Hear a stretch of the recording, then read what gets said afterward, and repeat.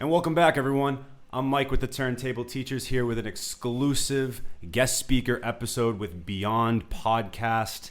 And this is a pretty awesome experience right now because this is your 100th episode and you guys are coming down to AOA Studios to record this and have me kind of, interview you guys for once because you never get interviewed. So this is pretty cool. Actually, no, I shouldn't say that because you've been on a few, but it's nice to be on the other side. Yeah. But guys, congratulations, first of all. Thank you. 100 episodes. This is really cool. For all of my listeners, my audience, these guys run a really awesome podcast where you guys cover high school sports, amongst various other things, which we will get into. But I'm so excited to have you guys. How you both doing? Good, man. We're excited to be here. I mean, your setup here is unreal. This is so cool. So thank you for this opportunity. I really appreciate it. Of course. Yeah, it shows that we need some upgrades in our business too. So thanks for showing us up today. This is really nice. Nice digs. Yeah.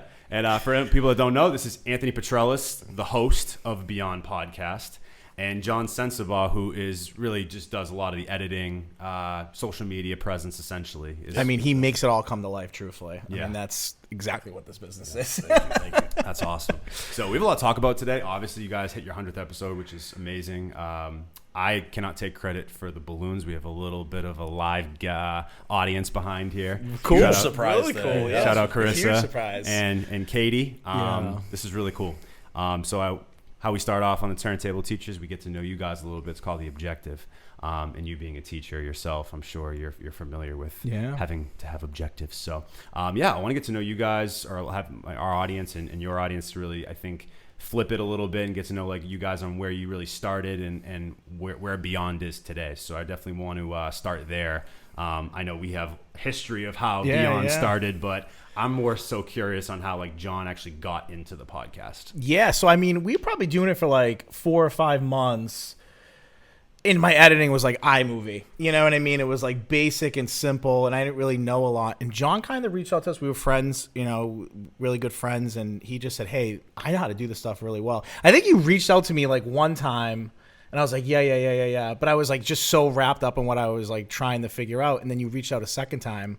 And I was like, yeah, let's do this. And then John sent the trailer over, and I was like, you've literally changed this business to what I've envisioned it to be. So I would say it was 5-6 months maybe when we started, when you jumped on board. Yeah, I would say because it wasn't just an audio podcast, it was a visual one too, where you were using Instagram and YouTube as other platforms as well too, where there were visuals involved.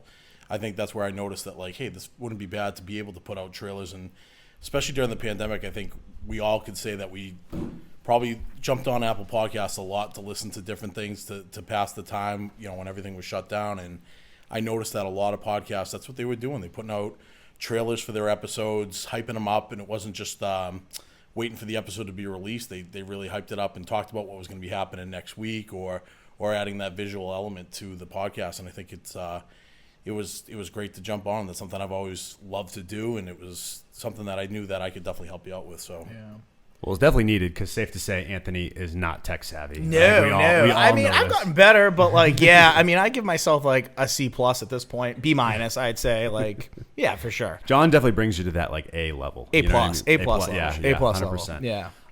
So obviously, for context, for those people that don't know, again, this is not me patting myself on the back, but I actually helped you start. Beyond Podcast, I've said it. I say it crazy. on every podcast I've been on.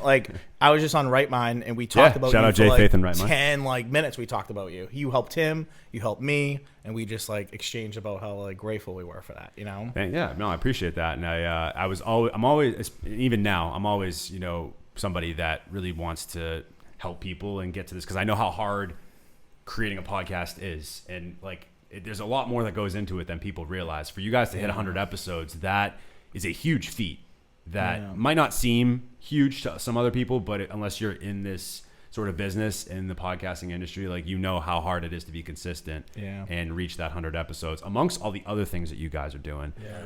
So Anthony, I want to ask you a question too right now based on that, because where do you feel you've grown from episode 1 to episode 100, just not as an interviewer, I'll ask that in a minute, but just more so on the technical side, understanding, how to record and, the equipment that you needed to really just the uploading process and the, getting John involved in the trailers.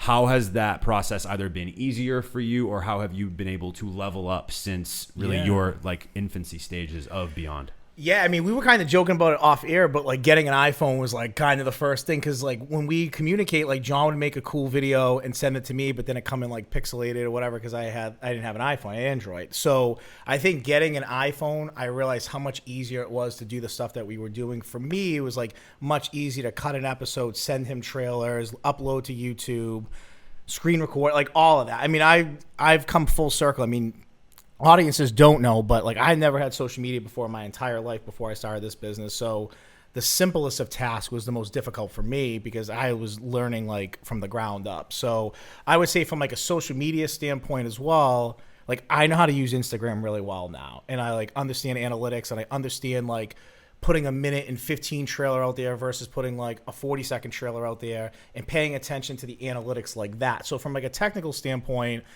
definitely just like figuring out like what the right number is or what the right seconds amount to put something out there to keep people's attention, to keep people wanting to see more and view it. I think that's probably where I feel like I've grown the most, is just really studying the numbers and the math and the analytics behind everything, because that really like it tells you a lot. Like numbers don't lie at the end of the day. So when I see people, even on an episode we've talked about like when we cover a team, just how much we cut it down by like 2 minutes, how much more our views are, or how much more people are staying on longer to pay attention to something. So definitely. For me, it's just like the basic stuff, but just getting like really good at it, you know?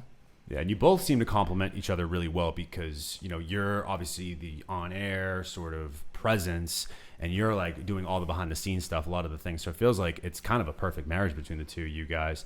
Yeah. Specifically, like, what can you say? Obviously, you've said a lot about John's, you know, addition and how useful he's been to the business and to the platform. But like, can you expand a little bit on like how he's been able to help elevate you guys from just a visual standpoint? Yeah, I mean, we dabble in like so many different things. So like obviously our major thing is sports, but like even when we were driving here today and parked in the parking lot, like we would just literally had a business meeting for like 30 minutes in his car, and we were just like talking about all these ideas. And what's so great about John is like John can make this all come to life. So like before I have ideas, I'm like, I don't know how I'm going to do this.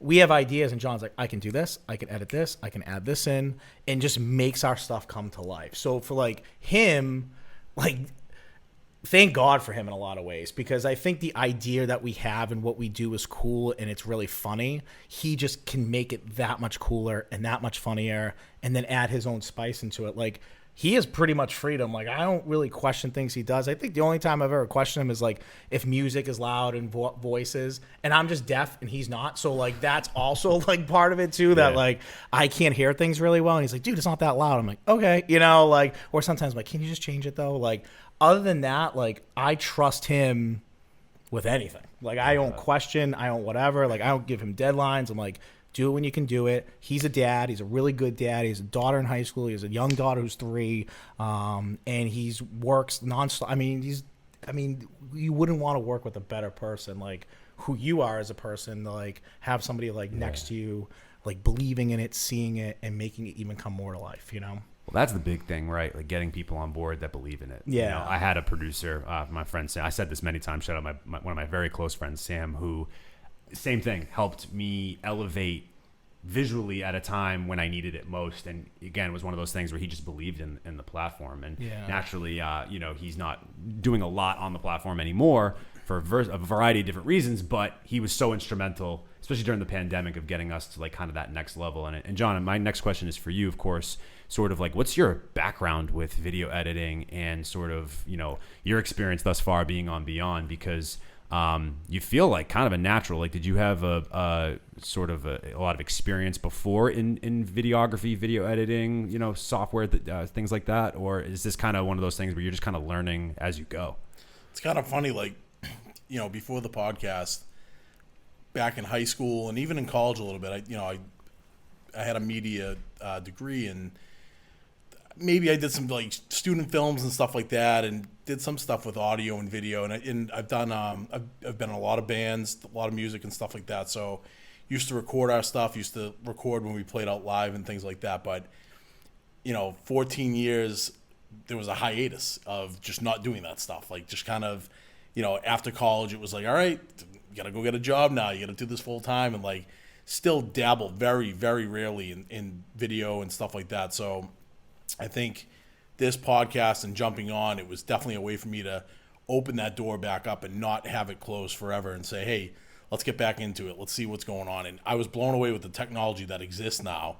And, you know, it might not have been as big in the Stone Age as Anthony was with certain, you know, instruments and tools and stuff like that to use. But I'm looking at them like, oh my God, if this was only around when I was in college, if this was around when I was in high school, like this is unbelievable.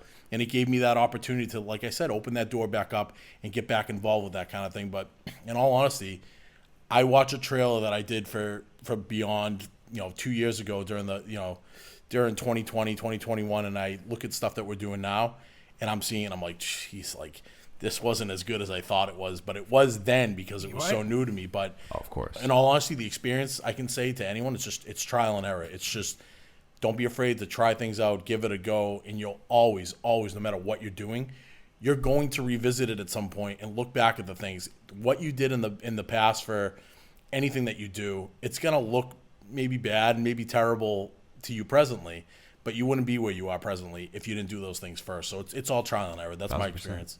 No, I love that, and I think that that's great advice for anybody listening to this. I think that that's just good advice if, you know, whether or not you're doing something in media or podcasting or video, that I think that kind of just rule applies any which way. Absolutely. You know what I mean? I do want to move on to some things you guys are doing now with the platform, because you guys are not just a podcast. As sort of I've found with my platform, Turntable Teachers, those people that are tuned into our episodes know that, yeah, it's a podcast. There's a place where people come and connect and have conversations, meaningful conversations, but we do a lot outside of that as well and have really started branching out over the last few years, and you guys definitely do that. But my last question in the objective part of this episode is really just, you had mentioned it briefly before, but you're both fathers. You're both family men. And what has that been like to balance your full-time jobs and your families and this platform as a juggling act? And Anthony, I guess I'll start with you, like especially being a father of twins. And, I mean, it's mayhem. I mean, honestly, it's mayhem. To me, like, I've kind of just like sold myself to this. So like, to me, like, it's work. Like, to me, like, I don't need a social life right now. I don't need to always go out and do things. I don't need to always go out and like do whatever. Like, to me, it's like, I teach, I come home, I want to be dad. Like, I love being dad. I love doing things with my kids. And then my other free time is really working on this. It's like, if you look at our phone conversation, I probably have 10,000 texts in the last like month, like, because that's all I care about. Like, to me, in a way, like, having kids, this is something I want to build to make life more comfortable for me and make more life comfortable for them. Mm-hmm. And so I'm cool with like the balancing act. I mean, it's definitely late hours. It's definitely waking up early. It's not a lot of sleep, right? I mean, it's not healthy, but like, that's the truth. And like, they're my motivation. So like, it's very easy for me just to kind of shut out life a little bit. And I tell my friends, like, it's nothing personal, guys, but like, this is what I want to do. This is what I need to do. And so for me, it's very parallel. Like, the more successful this is, like, the more I know I can be for my kids and my dad and give them things in life that either I never had or just like, that they can have, So, yeah. And it definitely connects. I hope you don't mind me sort of talking about this. The shirts that we're both wearing. So first off, thank you for the swag. Appreciate it. Yeah. I was wearing the other Beyond shirt, but I had to throw this one on because it got. I'm telling you, I'm afraid I'm going to be sweating through this. I'm like so nervous. I'm like, this is not good. We're like 20 minutes in. Oh, you're good. You're good. No, nothing to be nervous about. But no, listen, like, I really appreciate what you've done. Again, like I've said, you've done so many different things with the platform. And can you explain this shirt and like the reasoning behind it and what it means to you? And I know you've done a lot of work, especially with kids with autism, and both your kids having autism. Your initiative and how Beyond has really like helped with really sort of that process. Yeah, I think we worked on this a lot together, but like where I coached before, like I always had a purpose of like, we got to do something for something, right? Like before we used to work with the One Mission Buzz Off a lot with like kids with cancer. And this is before the podcast. It's something I did on my own through coaching, through teaching. And I always feel like no matter what you do, when you have success at it, even if it's giving back a little bit, you give back. And in this case, like, it's obviously more personal. It's my kids, it's my life, it's my experience. And, we talked about like wanting to put out different swag than like the black shirt that you had on that we talked about, right? And so we thought what better way to do that was like April was Autism Awareness Month. I kind of pitched the idea to John, and within like 10 minutes, he had a t-shirt design, which you guys are looking at, and just a really cool introduction into the t-shirts, why we made them, what they're for. Even the back of them, you can't see that, but just a really cool, like in the back talking about autism and like acrostic poems or something like that. So it was cool. It was just be able to kind of do that and recognize like my kids and what they're going through, and the give back and give awareness. We're attached with the Flutie Foundation, so this is kind of like that step 2 with them. Like they were part of our cornhole tournament. We donate a lot of the proceeds to that, so we thought what better way to start raising awareness ourselves before like our big tournament or our big fundraiser that we do give to like a Flutie Foundation. Yeah. And we were able to donate like communication boards last year through our tournament. We had 4 of them. You were in on it with us too. Yeah, Turntable 100%. teachers were living the KG life.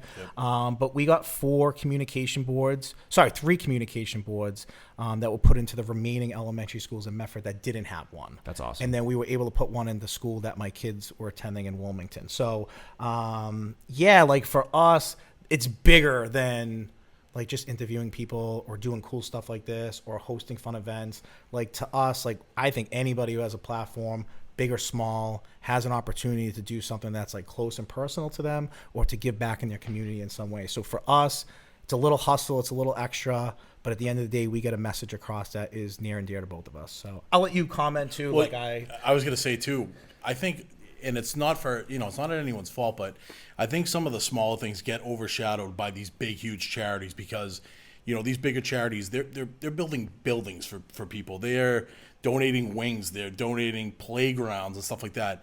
And I think it's up to, the smaller guys like us to really look at the things that are needed that maybe get overshadowed, like communication boards and things like that. And, life comes full circle to you.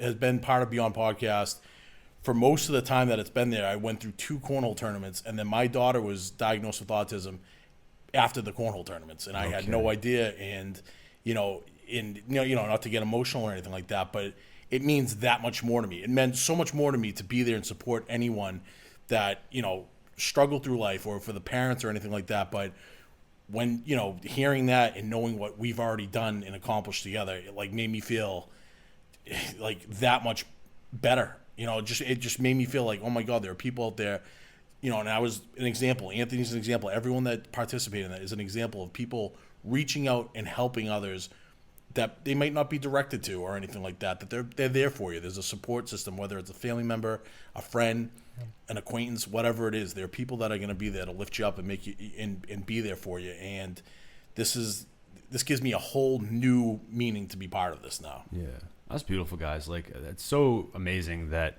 both of you now can connect to this initiative of with the Flutie Foundation, and giving back to kids with autism and things like that. Like that is, and as us being teachers, like me and you, Anthony, like I think that's something that we see and deal with in various different to various different degrees from day to day. But it's so great that you guys have something that you're doing outside of just your normal 9-to-5 day jobs, and again, making this platform be so much more than just a podcast, which I think is a great segue to the main lesson, which we're going to talk about, where we get to kind of talk about what you guys are doing now with the platform. So you've obviously had this podcast, you've hit 100 episodes. It's awesome, but you guys have done a lot of other different things too. Like you've done a lot of like highlight reels for different sports throughout the greater Boston area and North Shore and really like so many of these surrounding towns and communities in Boston. You guys have kind of given like you're kind of a little news outlet now. Or not even that little. You guys are doing pretty damn well numbers wise, but like in terms of that, like how did you guys get involved in doing highlight reels for sports? And I love how you guys don't focus on just kind of like, football and basketball or boys basketball or whatever. Like I've seen you guys do like girls lacrosse and field hockey and so many different other sports. Like, how did you guys come up with the idea to have Beyond also be a platform to highlight, you know, not only just the coaches, because that's like a lot of the main interviewees you have are high school coaches, college coaches, maybe former players, different things like that. But now you've really focused it more on not only highlighting them on the field, but also on the podcast too. So can you talk a little bit about that, Anthony? I guess to start with you and like where that vision was. Yeah. So like, and obviously pandemic, everybody was like locked in. And as we were growing this just as a podcast, we kind of talked about like when the fall opened back up that they were letting people in 2021 back in the stands, or you could have, fall season was normal again. You got to wear like indoors, you might have to wear a mask or whatever, but COVID was going in a different direction at that point. Right. So for us, it was like a grind and hustle. We went to like 8 or 9 high school games for $0.00. We just went on our own. We reached out to the AD, and a lot of it was like guests that we had on, our coaches, then reaching out to them being like, hey, we love the cover, all access, locker room, coming out, warm-ups, game, post-game, whatever. And obviously as like a former coach, like I'd eat that up. Like I'd be like, yeah, I want to expose this kid who's getting looked at here, or this kid's getting looked at by this school, or, my coach could be assistant coach of the year. Like, there's so many cool things that happen in programs. And like, if I could share one thing, like we covered Stoneham a couple times, and they played an elite championship game. Long story short, there was a giant shed. They open up the shed, and there's like 30 alumni coming out with like, these are like guys in their like late 20s, early 30s. We're not talking like 19, 20, 21-year-old kids who were fresh out of high school. We're talking like grown men, okay? And they're wearing their Letterman jackets. And there's like 30 of them. And my first thought is like, how many kids are hurt in this game that all the kids are wearing their Letterman jackets? Then I realized it's all, he brought back all these alumni from when he was at tenure there at Bob Alameda. And it's probably the coolest clip we ever caught. And I think after that, I started being like, man, there's so much cool stuff that's going on that like, we don't just have to show the X's and O's of a game, like fan interaction. Like some of the kids we met are crazy. You know what I mean? And that stuff's been a ton of fun. I think it was talking also about like, I was a huge fan of those 24/7s on HBO and having that behind the scenes. Like I used to love the Winter Classic ones for the hockey teams, and whoever was going to be in the Winter Classic, they'd have like a 5-6 part series that started in November leading up all the way to New Year's Day when the game was played. And you're watching these hockey players at their home. You're watching them having Christmas parties. You're watching them do things for charity. And you're watching them practice. And you're watching them in the locker room get lit up by their coach or whatever. And that was something that I recognized, and I think we both recognized, saying, when we were kids growing up, the best you got, and I say this all the time, was your local city camera might come down, catch your game, and it was on at 2 a.m. No one was watching it. And that was your access, was someone came down with the big old JVC camcorder, filmed your game, and one of your parents maybe did the play-by-play. Right. And that was it. That was your exposure. Maybe you got a clip in the paper. Social media has changed so much that kids want things right away. There's so much opportunity, and we see it. Things are getting captured on these phones all the time. Videos of everything. Why not get down to the field? Don't take it from the stands. Get down to the field. Get in the locker room. Hear the coach's speech and things like that. These are things that are never recorded or never showed at the high school level. I mean, we see the coaches' speeches on ESPN and stuff like that, and those are the coolest parts. People love and eat that stuff up. Yeah. Why not have that access for the kids and spotlight them in ways that they never would have been spotlighted before, Right, because how many kids, like percentage-wise, right? I don't know the percent. This is more of a rhetorical question, but like there's not a high percentage of kids that go on to play college, even just Division III college sports, right? So like that's the end of the road for a lot of those kids, and for them to have a little piece of that, right? Like even for like, I'm thinking about from a basketball standpoint, like if you had like the 12th guy on the bench, like he's going to be in that video in the locker room, right? Like camaraderie with the team, or maybe cheering on the bench, right? Like they're going to be in that highlight video, even if they're not potentially on the court or the field or things like that. And that's so awesome. And I was even thinking back to something like Hard Knocks from the Same NFL, kind of thing. Right? Yep. But like, again, they don't have that for high school sports. Again, when I was in high school, I haven't been removed that long ago, but about 10 years or so, 10, 11 years. But like, the best we had was like just write-ups in the local paper, in the Salem News. Like that was about the peak. I remember one time when we were having our big state championship run, Channel 5 did have like a quick story on us. Probably a 5-second clip. It wasn't that long. It was about a couple of guys that just played well in that game. Yep. And it was because we were playing at the Garden. Right. That's the only reason why. Yeah. So it was not, the third week of the season on a Friday night rivalry, Stoneham against Wilmington. You know what I mean? Or I'm not saying they're rivals. I actually have no idea. But like that's besides. They the point. did play each other in the league title game. That game that we were at, you go. dude, See? literally was the matchup. Was literally a matchup. funny. Yeah. See, I didn't even know that. So To go off what you're saying, though, think of the percentage of kids that don't go on to play college. Yeah. But I bet you 100% of the kids that will remember their high school sports. They'll remember the team they were on. Absolutely. They'll remember the big play they made, the game they were at, the senior night, whatever. Those memories stick together. They stick in that brain forever. And why not capture it so that they can at some point go back? Hopefully, when Instagram's around longer, we can figure out a way to move things around. But we've captured something that they can go back and watch, and they don't have to dig through the boxes and find the newspaper clipping that probably is destroyed by now, or try to find the old VHS that no one has a VCR anymore. So that's over. That's all. It's all said and done. Now they can go back and they can watch these times in their life that they'll never ever forget. Yeah. It's so niche, but you guys have unlocked something that really was needed. That I think a lot of people didn't realize was needed, and I think. It's a testament to how much you guys are getting hired out to do these things. Yeah. Like I feel like you guys are doing a new one like almost every other week. I get a text from him all the time. Hey, girls volleyball next Thursday. You around?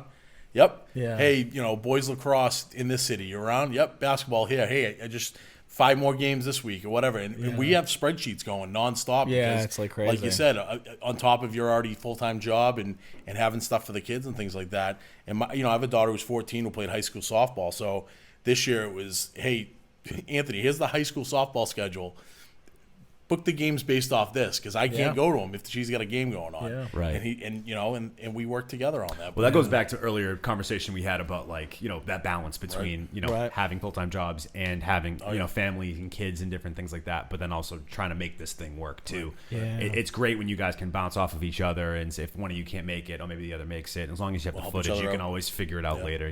And what's crazy about this business too, and like I've said this to him before, like we're in a world now that and we've seen it now going our second season fall, second season winter, second season spring, it's almost like being a teacher. Like if parents see that this group of kids when they were in a certain grade got this, and this, when their kid gets to that grade, they want their kid to have this, and better this. be there. Right. So if we're shit, covering a senior night, those junior, sophomore, and freshman parents are like, we want our kids getting this when they're a senior. And the coach is stuck. Like as a coach, like we get stuck with so many things that we're like, oh my God, here we go. He thinks that's bad. I got a 14-year-old who is already booking me for everything. So, Dad, you got to bring Beyond down, and she's got JV softball, and but that's another cool aspect is having her and her friends following us because we're literally interviewing their classmates and things like that. So it's a different aspect so for cool. me. Yeah. But that's the thing. It's just like he said, people are watching it, and that's the expectations now. Is like, wait, you're there for that. You got to be here for that. We need you there.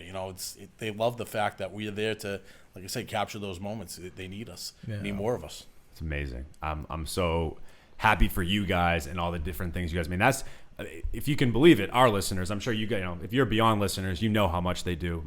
Our listeners, we haven't even honestly scratched that much of the surface yet. Yeah. And there's actually more that we need to get into, but. On my show, we do a little something called Pop Quiz, and I'd like to take you guys. I know, Anthony, you know what it is. John, this is going to maybe be a new one for you. So, on Pop Quiz, what I'm going to do is ask you both or one of you individually a series of questions. Give the best answer you possibly can. Some of them might have to do with the podcast and sports. Some might have nothing to do with them at all. Anthony, I'm going to start with you. Okay. I'm going to start with something a little easy. Okay. They're going to get progressively a little bit tougher. I like that. So true or false? You were named prom king, but you haven't won a wedding dance-off since 2007. Wow. I know definitely who'd said that. Sources that is are true anonymous. about prom king. That is true about prom king. My senior year, I was prom king. I don't know about the 2007 dance-off. We'll talk off here who gave you that one. I think I know who gave you that one now. I'll say that's, I guess, true, but I'd like to see the facts backed up on that. Okay. Fair enough. I mean, again, that was more of a subjective He was thing. at my wedding. He was the best dancer out there. Okay. All right. You heard it here first. Right. That's all I'm saying. John, low key, you're actually a pretty good artist and drawer, if I'm not mistaken. Is that correct? I mean, I don't want to sound boastful, but yeah. Yeah, you are. Sure. You are. Very Let's just say you are. Very good. Other than numerous renditions of Willie Nelson, what is your favorite thing to draw? I like characters. Like I like drawing famous people, musicians, and stuff like that. There's an infatuation with Willie Nelson, though. I gotta know a little bit Love about Willie. that. Willie Nelson. Quick story. My grandmother was heavy into Willie Nelson, and I mean, even till the age of 95, she would belt out a Willie Nelson tune every once in a while. So, I live in the home that my grandfather and her had their whole lives, and I don't know, it just came over me. I started playing Willie over and over and over and over again, and I just love him. Seen him live a few times. He's the man. Cool. So you like big Willie Nelson fan, but you also love drawing characters, which is great. And Willie Nelson's definitely a character. All right, Anthony. You've been known to be good at naming state capitals, so I'm going to give you about 60 seconds. Can I get a timer back there? Oh, jeez. Fantastic. Oh, All right. wow, this is good. So I'm going to give you 60 seconds. You're going to name as many state capitals as you possibly can. You ready? Can I say this? You want me just to say the capital? No. I'm gonna say the state, okay, and Cake. then you give me Wow. the capital. Gotcha. If you can't, for whatever reason, think of it, you can say pass. Deal. Okay. Are we ready back there? You might get all 50. Is there someone to check the answers to? You have them? Oh, I got him. I got him right here. This is what this big sheet is. I don't need him going Somerville, Massachusetts. I mean, Medford, Massachusetts. All right, you ready? Yeah. Alabama, Montgomery, Alaska, Juneau, Arizona, Phoenix, Arkansas, Little Rock, California, Sacramento, Colorado, Denver, Connecticut, Hartford, Delaware, Dover, Florida, Tallahassee, Georgia, Atlanta, Hawaii, Honolulu, Idaho, Boise, Illinois. Chicago. No. No, wrong. wait. Springfield, Good. Indiana, Indianapolis, Iowa, Des Moines, Kansas, Topeka, Kentucky, Frankfurt, Louisiana, Baton Rouge, Maine, Augusta, Maryland, Annapolis, Massachusetts, Boston, Michigan, Lansing, Minnesota, St. Paul, Mississippi. Jackson. Time. I mean, that's pretty That's impressive. pretty damn good. Round of applause. Round of applause. Well, listen, you're multi-talented. 8, 9, 10, 11, 12, 13, 14, 15, 16, 17, 18, 19, 20, 21, 22, 23, 20. You got half of them. That's pretty good. Yeah, I have them. I'm sure if we went through the other half, you'd probably get them. I mean, we can't off air. I think I'd crush it, truthfully. You only got one wrong, which was I know, and I couldn't believe I got parents one wrong. feel I was a like, lot man. safer knowing that their kids are getting taught by Fair you. enough, right? No kidding. John, what is the allure of the drive-in movie, and why has that been lost? Do you think? Ooh.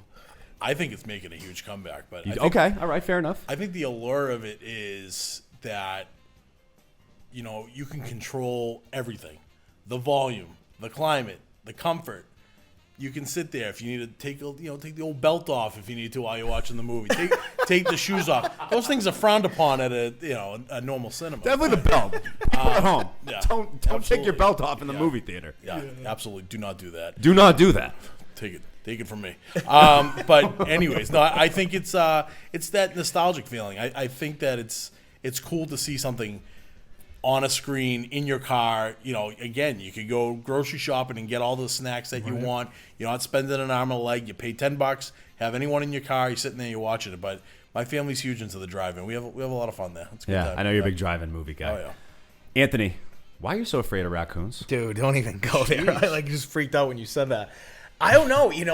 Honestly, The trash I've seen like a raccoon get mad before. Like where I grew up, like we always go in our back door. So we probably had like a 50-foot walk down the walkway to go to the back door. And the trash cans, like I'm not making this up. We had like 7 trash cans that were like lined up. None of them had covers. So you'd walk in and like as you're walking by, a raccoon would pop out, like jump over the fence, and I would like jump, like I'd freak out. And even one time when I was in college, or I might have been just out of college, I got home late one night and again walking down the back, and there was 3 of them just standing and like, we don't have a key to my front door. You know what I mean? So I'm like throwing mulch and like trying to get, and they just like wouldn't move. No key to the No front key, door. no covers No. on your barrels. What are you doing? Yeah, where were you living? I really self-nevered. I You mean, deserve to get attacked. Figure it out. They Petrellis screech household. too, right? yeah. So we just had a No lot of offense to the barrels. Petrellis household, but damn. No, Make I this know. guy a key. Yeah. And that was Why didn't before you- like you got the barrels that like cities and towns give you now. Like you had barrels that were different colors, different sizes. Did you have the old metal barrels? I had a few. Oh, jeez. And then like a few that were on the wheels, like Like one Oscar you the could- Grouch type barrels? Oh, you had some on Yeah, the I had a wheels, few too? aluminum ones. Yeah. This is where we're at. We're talking about trash So cans, like people. trashy. they would not leave my walkway, and then like obviously that was before like texting and everything else, and I like tried calling the house phone. My brother wouldn't pick up, so I slept in my car for the night because I was like, I'm not walking down my walkway. Like I'm terrified of them. Like if a raccoon literally walked in here, I'd be so embarrassing to catch what you'd catch on camera, how I would react. So believe it or not, I had a stuffed raccoon growing up, and it was my favorite Dude, if you had stuffed that hair, I would've animal ran. Was his name my Rocky? entire life. What What was his name? Yeah. I actually don't remember, if I'm being quite honest, and I should know this. Yeah. My mother would know. I don't remember what his name was, truthfully, but it's true. Good. Well, Fear of he's not around, is he still? He's not around, but Right behind you. I'm like, even like a toy stuffed animal. Like if I saw like literally a raccoon, like something that even looked like it, I'd run. Like I'm That's terrified. fantastic. I I'm love terrified. um, true. I know you're both massive. This question is for both of you. You guys are both massive fans of The Sopranos, correct? Oh, yeah. Huge. What other than The Sopranos, what's like your Mount Rushmore of TV shows? Jesus, that's a bad question to ask me. I mean, Entourage is there for me. Okay. Yeah. Yeah. I would- Two more. I would throw Cheers. Okay. Cheers. Curb Your Enthusiasm. Okay. that. 24 was a great one. All in the Family. Okay. All right. I'm. You know what I'm huge into right now? Because it's a comfort show. I need a comfort show to fall asleep to. With this, I can't watch Sopranos to fall asleep. You can't No, sleep no. and then hear gunfire. I It's not gonna work. definitely fall asleep. Well, maybe certain episodes, but yeah, if I know someone's getting whacked, it's hard to fall asleep and peacefully dream. But Frasier, I'm huge into Frasier. Okay. Which is also making a comeback. Is it? He's rebooting. I and did not only hear that, about this. in Boston. That's where I it's set again. heard about this, yeah. So I'm excited. But yeah, Frasier. Okay. All right. So Frasier's good Frasier. now. Yep. All right. He got one extra, but that's okay. That's fine. Well, mine's more Sopranos, and you said 24. And Entourage. Entourage, you get one more. You get 4. Mount Rushmore is usually 4. That's true. He's got to know his. He knows his capitals, but not his history. Doesn't know. Don't know Not his my monuments. South Dakota Mount Rushmore. Pierre, by the way, is the capital. Okay. You know, I don't know. I mean, this is gonna sound like more of like when I was a kid, but like Saved by the Bell. I mean, Saved by the Bell was right. pretty legit. I mean, I learned a lot from Zach and Slater, and obviously every young man loved Kelly Kapowski, right? So it was a win-win for all. Yeah. Fantastic. All right. John. Yep. I know you're a pretty damn good guitar player. Sorry, I know I'm like bringing out all Sorry. these different. Listen. I'm setting you up to be like super braggadocious Yeah, no, right now. seriously. His cape. He left his cape over there too, by the Well, way. Just, yeah. I gotta say, you did bring the guitar. If you can, if you want, won't make you. But if you, as long as you just answer this question, I'll be satisfied. Yeah. What's your favorite song to play on the guitar? We are a music podcast as well, by the way. Yeah, So like, it would be I know. kind of dope if you play a song right now, but like, you don't have to. Honestly, I love playing Dave Matthews stuff on the guitar. Okay. If I had a favorite to play on the guitar, probably 41 by Dave Matthews. 41 by Dave Yep. Matthews. Could Okay. we do it? I can noodle around right now. Let's Yeah, do it. sure. All right. Here we go. Bring the guitar on. Look at this thing. Did you happen to have this guitar yet? No, just kidding. This is mine. This is mine.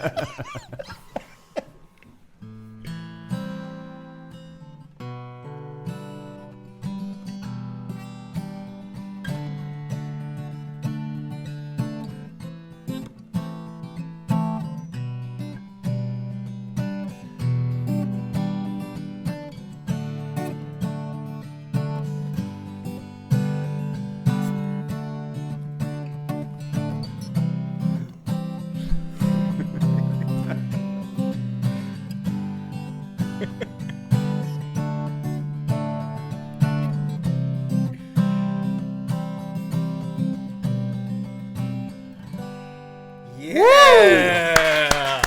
That's a 10-minute song, but I cut it down to, you know. That's okay. Listen, that was perfect. Thank you, Damn. thank you. I guess you might need to get your own guest speaker episode at this point, That's since you're a what- musician. You're a musician, man. He is. Anthony, I hear you're a very, you're very good at chess, but you could be elite if you like had any time to true. spend on it. Yeah.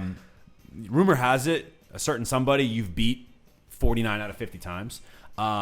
What's like one move or trick you'd give like a novice chess player to like just maybe have in their arsenal or their back pocket if you want to give away a little As far as like what I do, like a strategy maybe? Or like, I'm just attack. You know, I feel like in the game of chess, like everyone's strategic and they place their pieces in certain places. So I kind of just like play very unorthodox, and I am very like, I come out with the queen, I come out with the knights and bishops. Like I am on the attack, and I think it shakes people because they want to set their stuff up, and I He just like, distracts them with the state capitals. Yeah. He starts like saying them randomly, and the person's just Topeka, like, Baton Rouge, and he's just you know, like, Chicago is not the state yeah. capital. Then all of a sudden he's just like, checkmate, and they're like, what the hell just happened here? You know, it's just. that's It's what I heard. but yeah, you know, there was a 5th grader who gave me a run for my money this year. But yeah, I feel like if I actually like, I was really good when I was in middle school. Like our English teacher was like a chess master. He started, and we were playing all these chess masters, and I was like doing pretty well. And then I went to high school and just like they didn't have it, and like it was kind of geeky, I guess, right? Like I don't want people to know I played chess, so I just kept it a secret. And then when people brought out a chessboard, I was like, oh, I'll play. Like I've played before. And then I just He hustled them. murder people. Yeah, yeah. The amount of times this year I caught students in class playing chess on their computer, Yeah. it's unbelievable. It's not a So bad thing to it- catch him doing. I mean, I know. Right. I could catch them Nowadays. doing a lot worse. Having said that, you on TikTok? No, I'm playing chess. it's not nerdy anymore. It's making a comeback. Just so listen. you know, just so you're aware of that. I might run it might be on Beyond Podcast. I might be covering the chess team somewhere. You should Move over It's rock, the- paper, Why scissors. not? That's it. You are. It's called Beyond. You guys can really do anything you want at this point Yeah. because it's called Beyond. I mean, I've boxed myself in. Unfortunately, it's And turntable. can I just say teachers, that? and that's Like, it. it's funny you just said that, but that's why we named this what we named it. Before it was like Beyond the X's and O's, and then we just cut it to Beyond because we can go did so much wherever stuff. we want Yeah, we with did it. literally Wherever everything. you want. Yeah, It's pretty you incredible. know? It's pretty incredible. Anthony, I have one more question for you, but I'm going to go to both questions. So, Sure. who? I know you know this is a big conversation for you. I'm sure we'll get you involved with this too.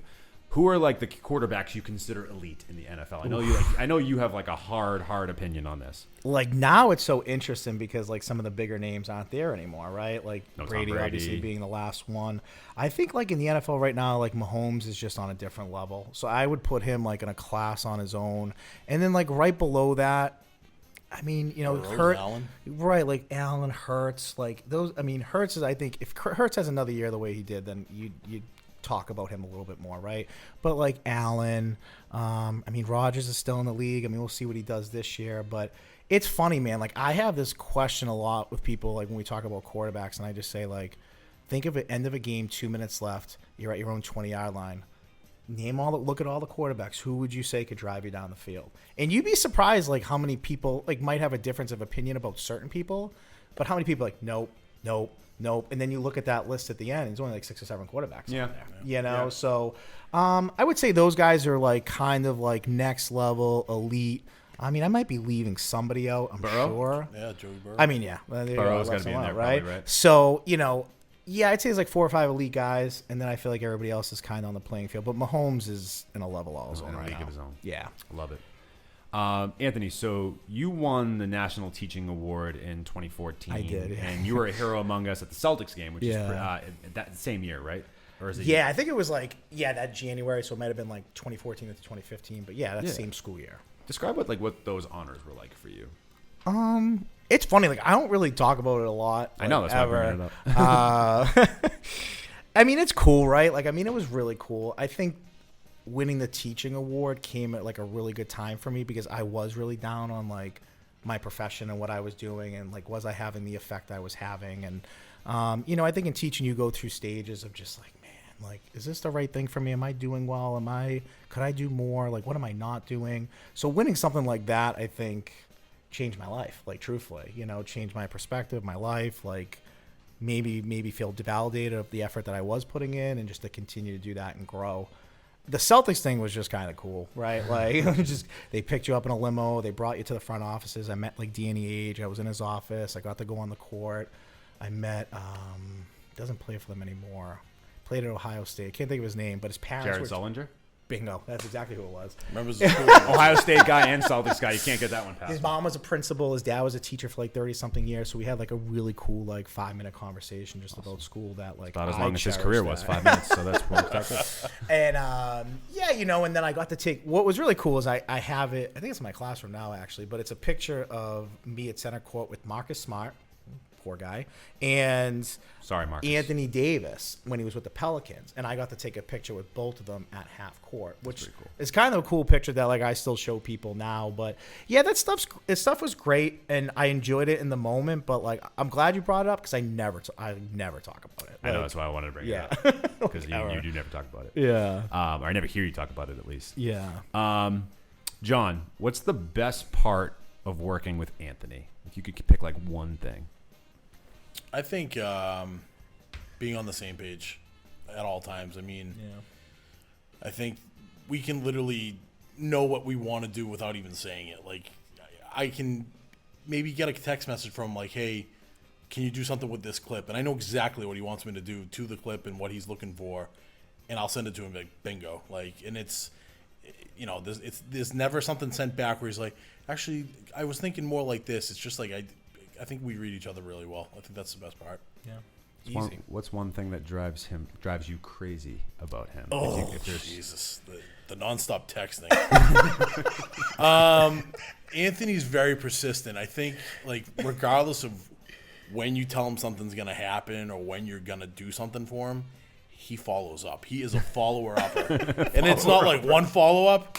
It's like multiple follow-ups. It's like, I don't have amnesia. I remember what I said to you. Like, and we have these things called phones. You can actually just scroll a little, and it will show you what I said. So I mean, true, though. I mean, but you know, but it's him doing his due diligence in his own eyes. It is insane. But I would say he follows up a lot of following up. Yeah. All right, last one, and then pop quiz is over. I promise. Song that gets you both hyped up. Just one. Like, the one that gets you hyped up. I mean, for me, it's always been, and I'll stick to the song till the end. But like Will Smith's "Summertime," like It's not Mamba number 5. I mean, it is. I mean that's my karaoke song. I would Okay. say that's my karaoke song. But like that song, just like Nice Weather, when that thing comes on, it just like Will Smith. yeah, I know it's bizarre. That's That very is bizarre. Very But unpopular. opinion, though. 1989, that song was written, and that is still played on the radio. You can fact check me on that. It's true. That song slaps. Get it? Will, don't sue us, please. Yeah, but yeah, you know that song I think was just written before its time, and I think you hear that song anytime summer comes around, and it just doesn't skip a beat for like where it represented in Philadelphia. I'm sure many people in the streets of Philly will say the same exact thing, but that's how their summer is, and that's what it was. And I don't know, when that comes on, it's just never outdated to me. Interesting. Okay, John, you got to top that. Yeah, absolutely. Van Halen right now, always. Van Halen. I mean, I can't not air guitar the solo that Eddie Van Halen demonstrates in that song. When you hear Right Now, oh, I'd run through a brick wall for anything. Love that song. Love it. Well, guys, round of applause for you guys. Great job on Pop Quiz. Well done. Moving on to still staying in the main lesson. Want to talk to you guys a lot about sort of the rock, paper, scissors tournament. Yeah, That's been this phenomenon at Michelin Elementary School. I like that word, phenomenal. It is. It It is a phenomenon. Like, you would not think something so simple would have gotten so big. I mean, this kid, what's his name again? Adam. Adam? My goodness. King Adam. King Adam, legitimately. Kid wears, if you haven't seen this before, it's unbelievable. Go to the Beyond's Instagram, and you guys will see all of these rock, paper, scissors tournaments. imagine. It's unbelievable. This kid Adam dresses in a suit. Yeah. He's a 5th grader, Yeah. and he's beaten. It's a business day for You know him. what's when he funny? goes to crazy. school. Everyone he's beaten has given him something, so he's wearing like pieces of his victims on his like there's a pin from here. He's like Thanos. There's, He just takes- there's a chain from here. Like, it's literally looking at him. You're like, oh my god, this guy. It's like a kill count on the kid. Like, he's got it all. He's in garb. It's like an old warrior. And I'm sitting there, and every time I get a video from him, I'm like, look at this kid's got paraphernalia all over him. Everywhere, It's just dude. flair. I mean, he's It's he's intimidating. beating like police chiefs and the Mayors. and Yeah. superintendent, people from Fox news- 25. Fox 25. It's Yeah. unbelievable. Yeah. So how the hell did this thing get so big? I don't know. I think I joke about this with I won't say her name to embarrass her, but I joke about this with a person a lot, and we talked about like he was just the right kid to win. Like of all the kids in the tournament, it didn't matter who won, but like a kid who was just kind of like quiet, doesn't say much. You really have to drag words out of him. He came the first day with the suit on. Like it just like you kind of were secretly rooting for him in a way. And Yeah, like the mayor sent us a video, like a random video, just openly challenging him, and I sent it to John. I go, look at this, dude! Like this is the start of something, and we knew it potentially could be big, but we didn't realize how big it was going to get.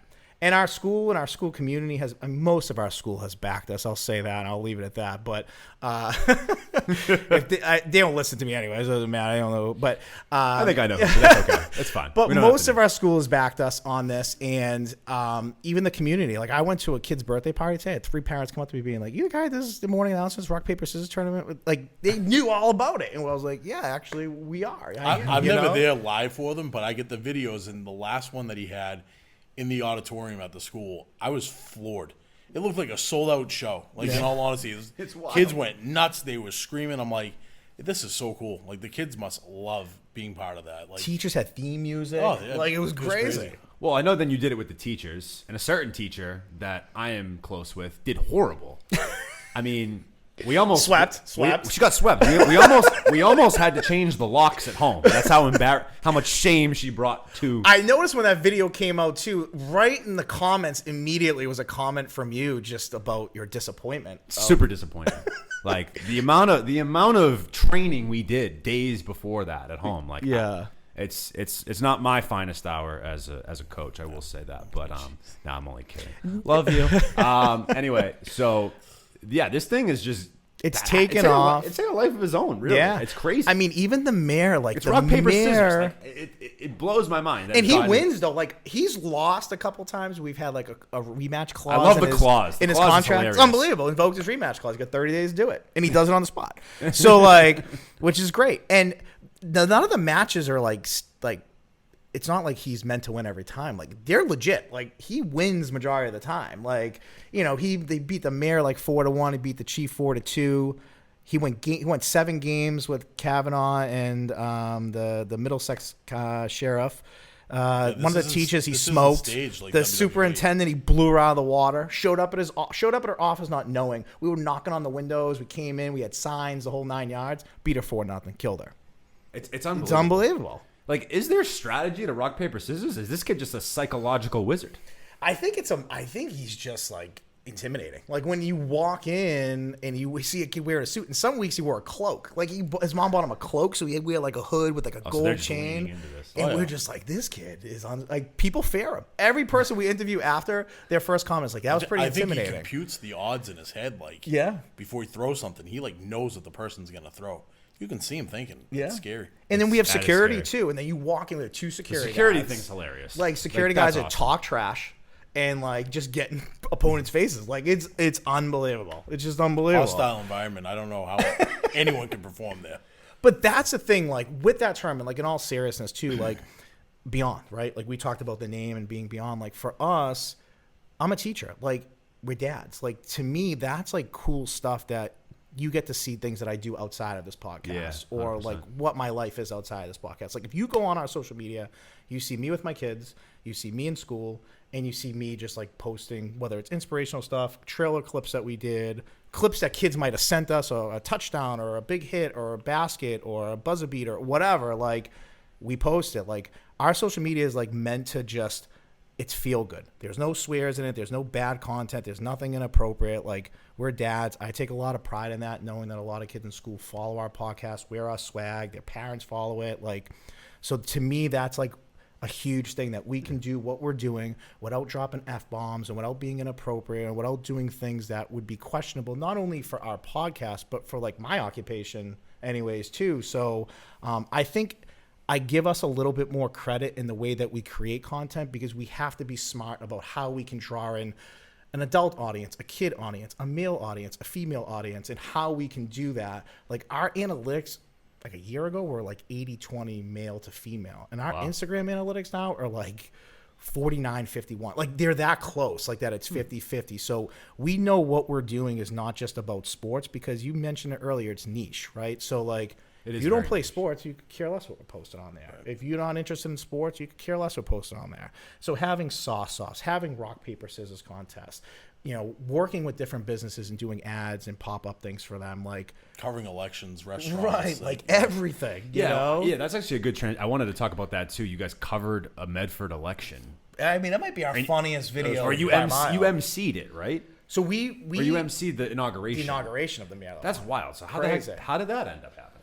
I think it's just a Mefford thing. Like John, she reached out to John very early on about doing some graphic stuff for her while Okay. she was running videos of Mefford, and the stuff he put together was just like unbelievable. I mean, it might have won the election, truthfully, no, but like it was unbelievable, and I felt like we covered the election, and then all of a sudden, like that video took off, at least in Mefford, right? Like people outside of Mefford didn't care, but if you live in Mefford and you understood that the city council meeting was a battle, the school committee meeting was a battle, the mayor meeting election was a battle, like there were battles everywhere. So we just thought like, hey, let's just run a camera, talk to voters, have fun, and just do something different. Like I feel like we're pretty funny, in a very clean way. So we just we knew the players involved, and we just kind of knew like where to go and what to do. And We went we to hit a every home polling run. station that night. Yeah.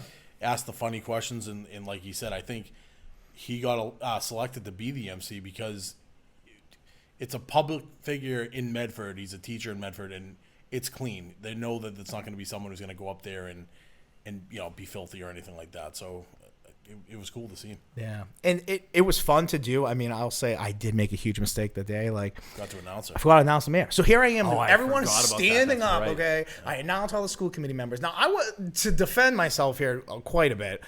I was only supposed to do a small part, but people were bailing out like last minute. So then I had to take this person's part on and take this person's part on. And before you knew it, I took on everyone's part. So like here I am giving introductions, making sure I knew names perfectly, everything. And I'm like, okay, can everybody be seated? And the mayor's just hanging out the door waiting for introduction. I'm watching live from home, and I'm like, Anthony, announcer.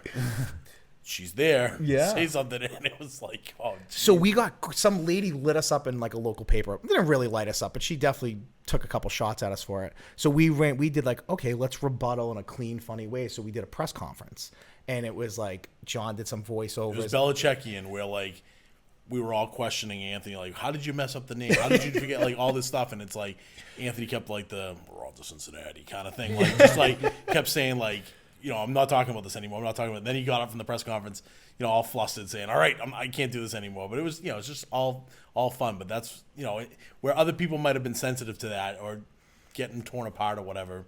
Just let it roll off. And Yeah, have fun people with were it. like texting me like nonstop, being like, "You see this?" Like picture and screenshotting it, and I was like, "How can we be so funny about Any our press is rebuttal good here?" press, is what I was Yeah, saying. that's what. real. So real. yeah, That's hilarious. Yeah. And it really is. I love it. So out of the 100 episodes you guys had, so initially you were having a lot of coaches on. You've started to, and then it was more high school coaches, and then it grew to college coaches, and then you've had some former players on. Like I know you said Jermaine Wiggins on Yeah. from the Patriots, which is crazy. But now you've also had a lot of high school kids on and things like that to showcase them as well, which I think is really cool. It must be awesome for them to have to be able to go on a legitimate high school sports podcast as a high school athlete. That's pretty damn cool. Out of the 100 episodes, I know you probably have a special place in your heart for all of them. It's almost like picking your favorite kid. I don't mean to ask that, but are there any moments on the podcast or an episode or part of an episode that stands out to you in any way? It can be a good thing. It could be sort of a negative. It could be like something went horribly wrong, or it could be just a funny moment. Like anything that you feel like stands out from like any of you, like some moments, some special moments from your first 100 episodes. Yeah, I mean, I have one. I mean, obviously, my first episode was like the head coach that I played for, that I coached with, and then I eventually took over for. So that was like, that's always the most special one to me. Sure. But I would say, and I use this one all the time, but I had on this defensive back coach from Mercer University. His name was David Right. Cole. He coached Kyle Duggar, right? Yeah, from the Pats. That was cool. And I think being able to talk shop with him, like professional football, what scouts were looking at, and being able to dialogue, and him being like, your stuff, like that we have a legit conversation about college recruiting and being a professional athlete and training and draft day, and to be able to feel like I could hang with him, that was like probably the first 4 months I was doing the podcast, and that moment when I was like, I could interview anybody and I'd feel comfortable with it. So for me, I had certain points. I used to tell people, if I suck, tell me. Like, if this isn't good, tell me. Because I don't want to invest so much time into this and everyone's just like, you're doing great, you're doing awesome, and I'm really not, right? So 100%. I always had those like 4 months, 6 months, 8 months, 10 months. But after that mark, it was like 4 to 6 months. I was like, man, I could literally have anybody on here and I'd feel comfortable doing it, you know? Yeah. Do you feel like you've like in what ways do you feel like specifically have you grown as like an interviewer? I think I've learned to not be as serious and tight. Like early on, I definitely felt like I had a script and I stuck to it. And as time went on, I was like, I'm just going to use more of my humor and make little bullet points of different notes, but really just have a conversation based off of what they're saying and going back and forth and not being as like planned out. You know, I definitely do my homework on my guests and find out all sorts of awards they won or how many wins they have or what their season was the last 4 seasons and I got their wins and losses. Like I do try to find cool little things that even they're like, oh, I didn't even know that about myself, you know? But I would say I definitely just like loosened up and just was more me than trying to be like a robot, you know? Yeah. What about you, John, in terms of like, you could answer this question a couple ways. Obviously, you could answer it as yourself, as an editor, as a producer, but just in general, things you've noticed about Anthony or things that you've seen from the show in general that you feel like has really grown in positive ways. Or any episodes, of course, too, that you feel. I think to start with like a special episode would be the first one that I worked on, and it was special for a few reasons. One, it was because it opened the door for me to get back into that, you know, visual, you know, creativity that I could get into. Second was because it was my best friend's dad that was on.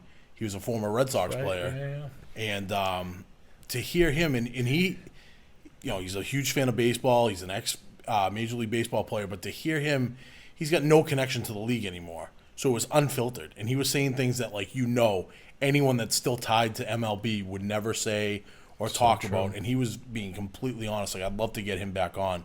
But that was really, like, one that always sticks out to me because, again, that was the first one that I did anything for Anthony on was that episode.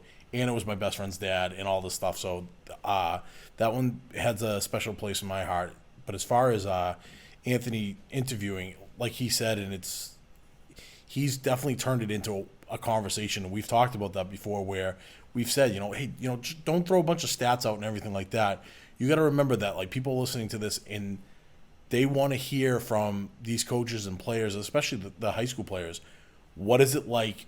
What's your life like? Because they can relate so much more to people talking about their everyday things or their everyday lives or what it's like to be a student athlete or what it's like to be a coach and, you know, the tough times, the great times and all these things. Those answers, everyone's so intrigued to listen to.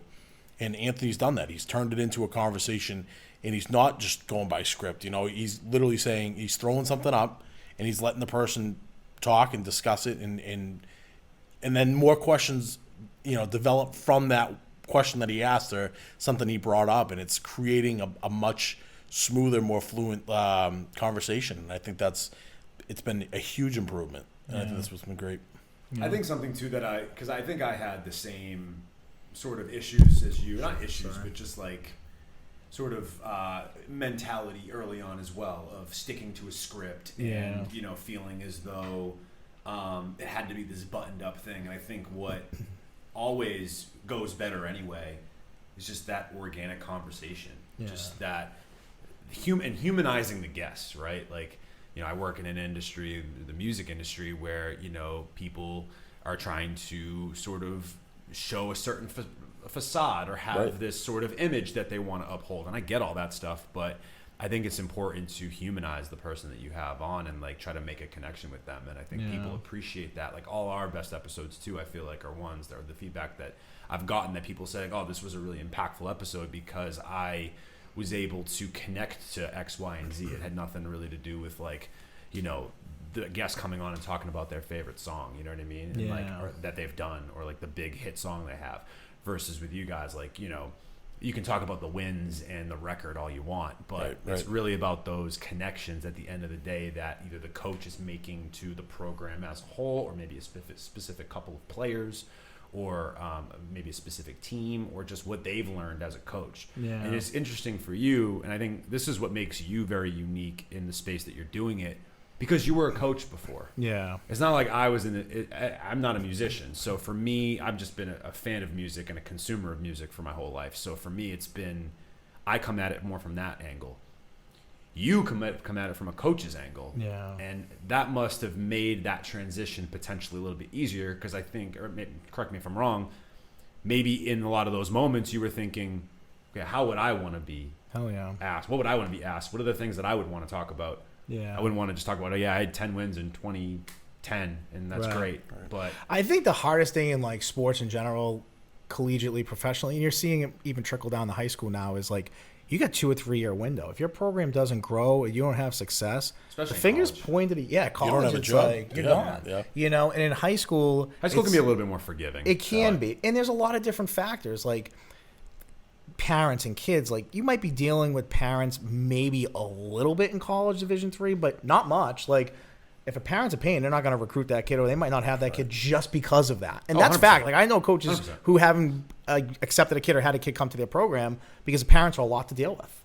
And so Yeah. I think at high school, like for us, like early on having coaches on, it was easy to ask them things about their program, like off season, social media, hiring assistant coaches and your process behind that. Like, what are you looking for? Leadership, like stuff that was like cool topics that other coaches would listen to. And I think as we evolved and got better, it was also kind of like these kids, like when we cover games, kids would DM us nonstop being like, I saw you on the sideline when I made this catch. I noticed you got this 3-pointer. Oh, I noticed you were under the hoop and saw this. And that kind of started the light bulb of like, man, if I had these kids on more, they're going to tell all their buddies they're on it. Everyone's going to listen. Everyone's going to want to get on it. Then they share their clips with us. Now kids are randomly sharing their clips with us. And I just felt like that was an opportunity for us to hit the acceleration button and go, because my plan was I get to the ADs, they're the ones who are going to book things for us. But I've noticed in doing this, it's almost the other way around now. It's like if these kids get on a podcast or their team gets covered and it's cool, these parents are going to get in those They're gonna want ADs and us. coaches' ears, and Yeah. they're going to have us come in.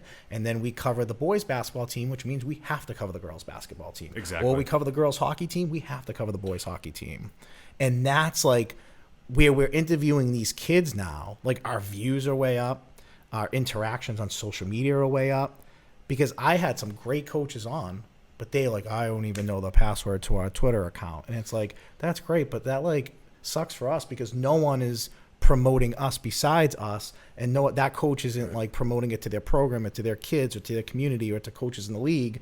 So it was kind of like a cool episode, but for us it didn't do much, right? So we kind of recalculated what we felt like was the best strategy was kids want to see themselves, kids want to hear themselves, kids want to, send us clips, they want it. So we've geared it more towards, we still have coaches on, don't get me wrong, but we've definitely taken a path towards having really good athletes who have either a college sport that they're going to be playing, or they're academically through the roof on top of it, like a super athlete. So we really are trying to capture so many different lights of an athlete and not just like what they put on a stat sheet. And that is kind of really helped us. Like he said it with his daughter earlier, like I've been to those Medford Fields or games that the girls are like, can we get a hat? Can we get a t-shirt? Can we get this? Can we get that? Like that means they're paying attention to us. Yeah. Like, But I'm and- utilizing her too to. I'll throw something up. But hey, a lot of my videos, I'll throw a song on there, and she's watching me edit, and she goes, "Don't use that song." I'm like, "Why?" She's like, "I don't like it." I'm like, "Okay, well if you don't like it, then probably no one's gonna like it." Okay, what were you thinking here? She's like, "Do something like '80s, Dad. I think this would be cool if you do like an '80s song." I'm like, "Okay," or Carly, like, I want you to listen to this episode, and she'll listen to it, and she had a few teammates on, and she has a few peers on talking to Anthony, and she's like, it's really cool because he's not just asking, tell me about the best hit you ever had in softball. He's asking, tell me about home life. What's it like being a straight A student, working hard towards your grades, and then you're practicing every single day and coming home and all this stuff. And the kids love to hear that. They want to hear it, not for nothing.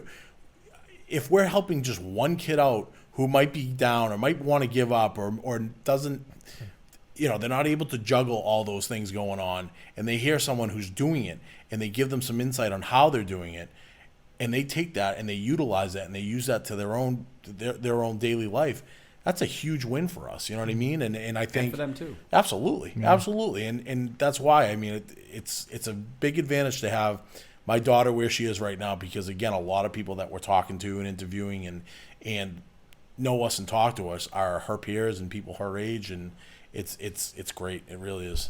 I love it. Guys, you guys are really doing a wonderful thing for the community. and for just the greater Boston and really Boston area, all these communities that needed something like this. You guys have really filled a void, and I think it's a testament to anybody that wants to get in these creative spaces of how can you do something that's niche. When I started, just for context, when I started this podcast, I was just reviewing music. How many freaking music review platforms are out there? There's so many, right? Once I started focusing on the Massachusetts scene, things clicked. And for you guys could easily done another sports podcast where you talk about the Patriots, the Celtics, or whatever. But we have 98.5 for that. Right. You have Nesson for that, right? Whatever it is. So for this it doesn't surprise me. Yeah. And the only hurdle I thought I ever had when it came to you was the technology thing, and you've clearly figured that out. Definitely amongst the two of you. If not more so, you just got somebody that needed it.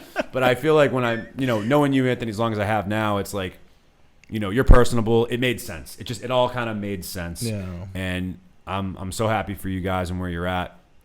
One last thing I want to talk about before we get to the final question, final really segment of this, and that segment's the shortest segment, so don't worry, we're almost done. No, please. I can sit here all day, man. This is great. The amount of sponsors or also like partnerships you've made with like different entities or businesses and things like that, like, obviously with someone like or a business like Cheney's, for example. You guys have done so many other things with these other businesses. So can you guys shed some light and talk about what that's been like to, I guess, not only work with some of these other companies, but to also like, is that like a validating thing when they either approach you to work with you guys or vice versa when they accept and want to work with you? So I'll let you go, yeah. I saw something the other day. I'm not going to quote it right, but it was like a meme or a saying, and it was like, while they're too busy worrying about what I'm doing, I'm at the top with everyone else working together. And I took from that, like, okay, so instead of sitting there going, oh, who's my competitor? Who do I have to work against? Throw that out, like the competition, throw it out, because you can see everything. There's competition everywhere. Someone's doing what you're doing somewhere. Someone's saying what you're saying 100%. Somewhere. Someone's using what you're using somewhere. Why not team up with people that are going for the same common goal and work together? And I think that's where the sponsors come in, is that we're not competing against each other. We're all trying to get the followers. For something like Cheney's, they're trying to get the foot traffic into their establishment. Other restaurants that we've gone to, gyms that we've worked with, all these people are looking for the clientele, for the people, the same that we are. Our clients can all use our services in different ways. At the end of the day, I like to think that someone's listening to our episode eating a Cheney, and then after they've finished a whole 6-pack of Cheneys, feel bad and go to Buccieri's gym and go work it off. And they've used all those people, and we're all sponsoring each other. But that's what I'm saying. Like, we're all connected together. So why not work together? And the sponsors that we have, they have so much credit that are deserved to them, because they've been there for us, and they've had us. They keep the creative wheel going in my head and his head all the time. Like, how do we work with them? Let's not just throw their logo up. Let's not just say, oh, this is sponsored by so-and-so. We've gone to Buccieri's. We've gone to Cheney's. We've gone to these other businesses. We've spotlighted them. We've taken their business and done something creative with it, where it's not just, like I said, throwing a logo up there and someone goes, oh, great, they're sponsored by a restaurant. Whoop-de-doo. Like, we're going to go there. We're going to show you the food. We're going to show you the gym. We're going to show you all these things. And let's help them out with their social media and stuff like that. So I think it's great to have that team with you. And that's what I see it as a big family. I don't see it as separate entities. I see it as a big family all trying to help each other out. And you will not get to where you want to be without help and without friends and teammates. That's the truth. I mean, I don't know how to follow up on that. You hit the nail on the head. Mic drop on that one. Yeah, I mean, he's right. And I think that's why we work so well together, because there are other people like doing what we're doing. Maybe not the same exact way we're doing or everything that we're doing, but there's videographers out there who are killing it, podcasters who cover high school and college sports that are killing it. And like, we like their stuff and comment to them and ask them questions. Like, I'm always like, how'd you do this? Or what made you think of that? Or like, whatever. Like, because I'm genuinely like a fan. Like, anybody who's putting the work and the effort in what they're doing, like we are, there's a respect for. And some are giving us great feedback, and some are acting like they don't want to share the secret. It's like, not for nothing, I can go on YouTube and learn what you're doing. Right. How about just help a person out? Right. Like, and there are people out there that have much more expensive equipment than we do. We started with phones. Up until November of 2022, we were using iPhones to do everything. Yeah. And that's all that was needed. But we, felt like that we wanted to up the game a little bit. But like you said, you reach out to people, and it's amazing who wants to help and who doesn't want to help. And I just think it's us as like people, right? Like you surround yourself with good people. Like people say this, but like your 3 best friends or your 3 closest friends, like they're a reflection of who you are. So like when I surround myself with people like John and other people in my life that are like willing to give and willing to care and willing to go an extra effort, like that's just like who we are. So I don't look at people as competition. Like I really don't. Like I wish people success in what they're doing, even if it's the same thing as us or very close to us. I just know we're going to do it our way, and that's kind of been our formula. Like, we're just doing it our way. Like, what we think is funny, what we think is cool, what we think is different. And, yeah, like, and if it's better than our competition, great. And if it's not, it's not. But we seem to feel like we have a pretty good formula. But come along for the ride with us. I don't think you should ride people's coattails. Right? Like, I don't think you should ride people's coattails either, but at the same time, just come along with us. Like, we can knock this out together. Let's have fun, And I think our relationship with you is definitely a perfect example of, we're not going to compete and try to put up music reviews, and you're not going to go out to a high school game and try to record anything. But we found a way to work together. And you said it before, and you touched on it. Like, yeah, people can just review something, whatever it is. But I know you and I have talked about it before. The music scene locally has taken a massive hit, and what you've done is you've taken these artists that anyone nowadays, and I'm a musician, anyone can buy a microphone and record themselves now. What separates them? Their story, what their message is, what they're trying to get across in their art. You shouldn't see it as, how can I be better than someone? You're never going to be better than someone. How can you be different, and how can you reach the most people that you can reach in a good way? If I reach one person and I've really touched them and they love what we're doing, I would rather that than get my stuff out to thousands of people that go, I don't want to watch this. I don't care. That doesn't do anything for me. Because better or worse is subjective, but what you're talking about is objective. If you make a difference in somebody's life through an episode, or you're better, or a music, right? Both people are on the receiving end of that. Agreed. So it makes total sense. I think that totally, and I hear what you're saying, because it's like, yeah, obviously, my show and your show is vastly different. We don't really talk about. I mean, I'm a sports guy. I grew up a sports guy. But my platform's not about sports. Right. Yeah. But, I think it's a matter of, how can we, instead of saying, oh, well, we're way too different, we can't figure out a way to work together. It's like, oh, well, how many times have we, truthfully? I've helped sponsor some of your events for the Cornhole for Communication. And that meant a lot to me to be able to be a part of that and give back in that way. Like, there's more things that I'm trying to do. I mean, with this album that I'm creating right now, I managed to get 20 producers and 42 artists on this compilation album. It's going to be a Massachusetts compilation album of all artists from this area. That's and awesome. That is like, I take so much pride in something like that. Yeah. You should. Over views on something or whatever. It's like, it's building that community aspect and that being the important part of it. And I appreciate that you guys feel the same way, and that's how you operate. And that you've actually helped to shine light on some of these other small businesses that might not even be in your lane at all, but you've figured out a way to make it get work. them involved. Yeah. So that's amazing. If this is not a ringing endorsement, any of my audience listeners or whatever, that you guys should check out Beyond, follow them. Absolutely do that. This has been a phenomenal episode. I'm honored that we were able to do this. It's incredible. This is Thank the you so first really podcast we've actually shot here. So if you're a podcast content creator, whatever it is you do, hit us up, aoastudios.org. We got nice digs. Yeah. It's incredible awesome. here. Thank you. Yeah, I appreciate that. I mean, we have a great staff here that will help you with whatever you need creatively.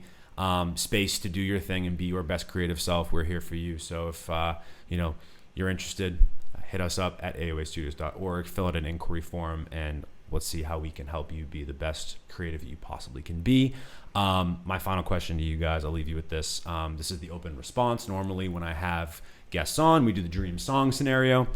Maybe for you that would apply, but we're just going to throw that out for now since it's not what we're doing. I'm going to give you guys an opportunity here to just answer, I guess, a two-part question. The first is, after everything we've said today, if you could wrap it up in one sort of statement, Anthony, I guess I'll start with you. What does beyond mean to you? Yep. And where do you see yourselves at episode 200? Because I inevitably think you're going in that direction. Yeah, I mean, well, thank you. I appreciate that. I just see beyond as honestly, like, this is kind of a really good question. My quick answer is beyond is a reflection of us. Like, I think that, like yourself and like anybody else who like pursues something that they're really passionate about, you're all in on it, right? And most people that are all in on it are focused and know what they're doing and know what they got to do, and they can time manage their stuff and balance their life and all of that. So for me, it's just a direct reflection of our hard work, of like what we want to do to show off to people, who we want to spotlight, what we want to become, but doing it the right way and not doing it in a way that is the same as somebody else, or doing it in a way that is like generic. Like, we have fun, we enjoy it, and most importantly, we're changing lives. Like, it sounds corny, but it is true. Like, kids who've hurt themselves, and we bought a kid a pair of sneakers when we covered a game one time because he didn't have sneakers. Like, and he couldn't play because he literally didn't have sneakers. He had to wait to get his paycheck to play. And we were just like, no way. Like, we're literally going to buy this kid a pair of sneakers right now. And then we did. Like,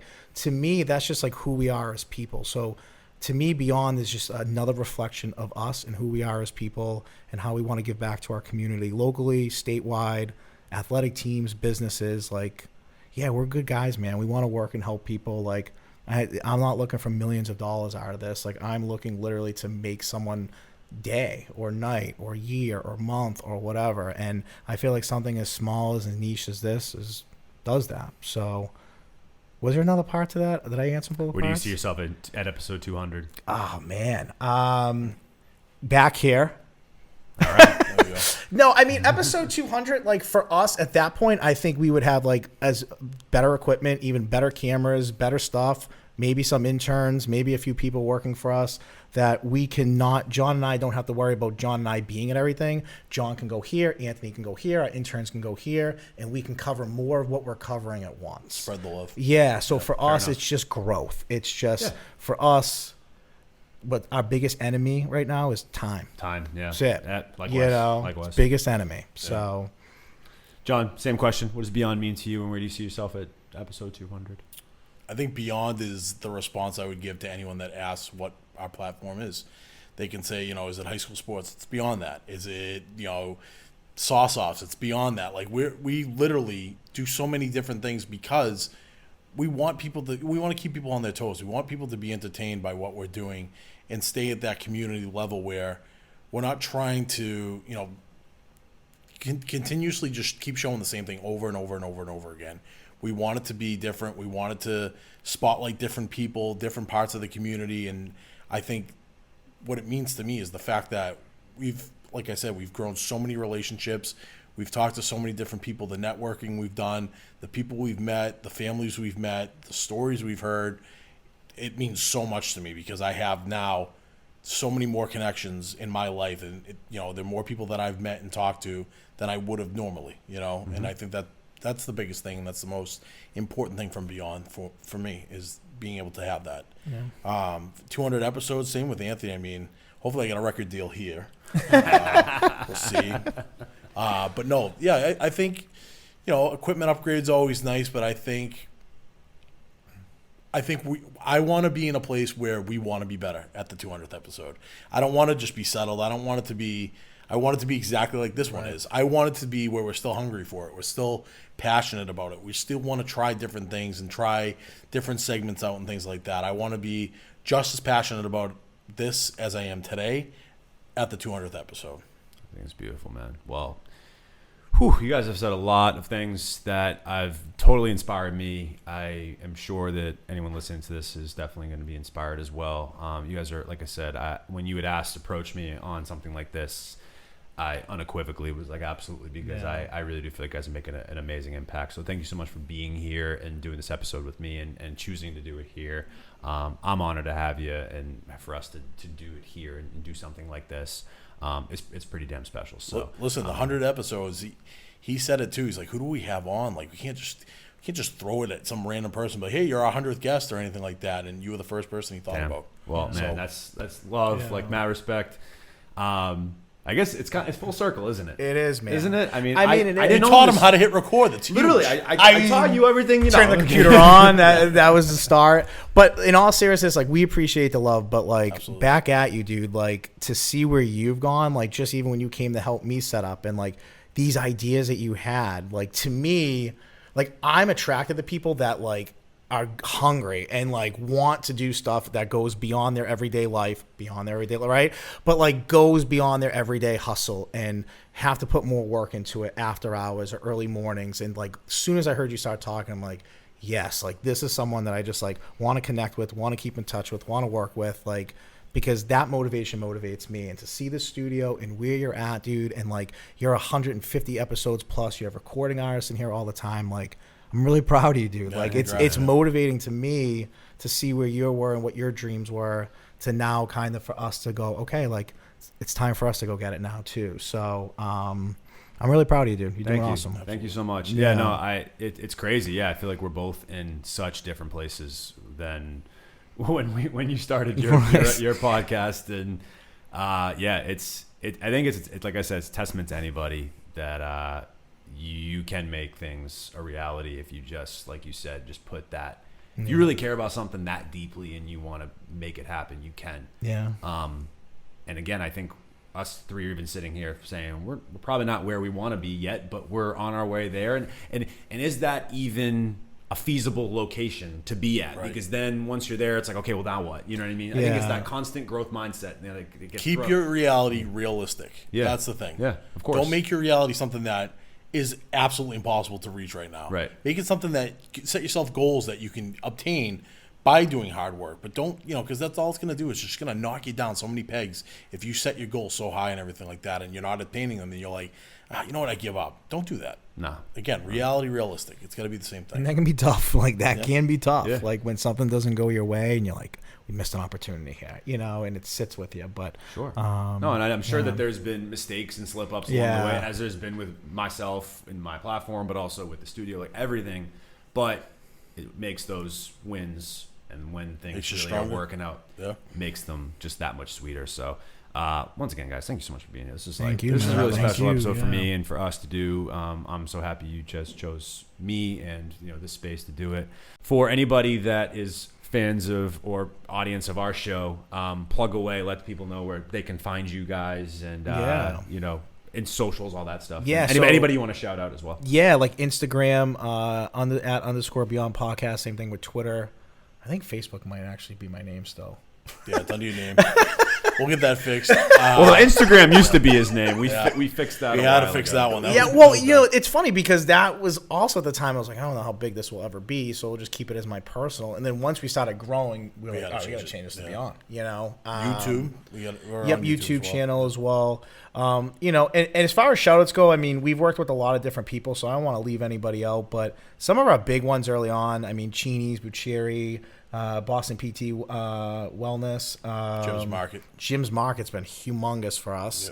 We worked with Gold Athletics. Right now, we're working with Snap Rays. Yeah, we have a few more that I'll keep tight to the chest until we figure it out. But yeah, much love to them because they helped expose us early on when we were nothing, and they saw the vision and they saw everything for us. So yeah, we want to show love to them for sure. The families in the support system. Yeah. For allowing us to go to the Friday night games and early Saturday games or what have you. So definitely the families as well. Yeah. Friends and family. Yeah, people that back us, man. Yeah. I love it. I love it. Well, you heard it here first. Beyond Podcast. Make sure you guys follow them. And if you are a fan of Beyond Podcast, just coming on to us for the first time, you can follow us at Turntable Teachers on Instagram, TikTok, Facebook, I guess, if you're using Facebook still. Same thing. We're old, all right? We're old people. That's why I don't even update my Facebook. You're still using Facebook. You find us on Facebook too. Turntable Teachers on YouTube. Subscribe to us. TurntableTeachers.com for all the latest blogs, podcast episodes, merch.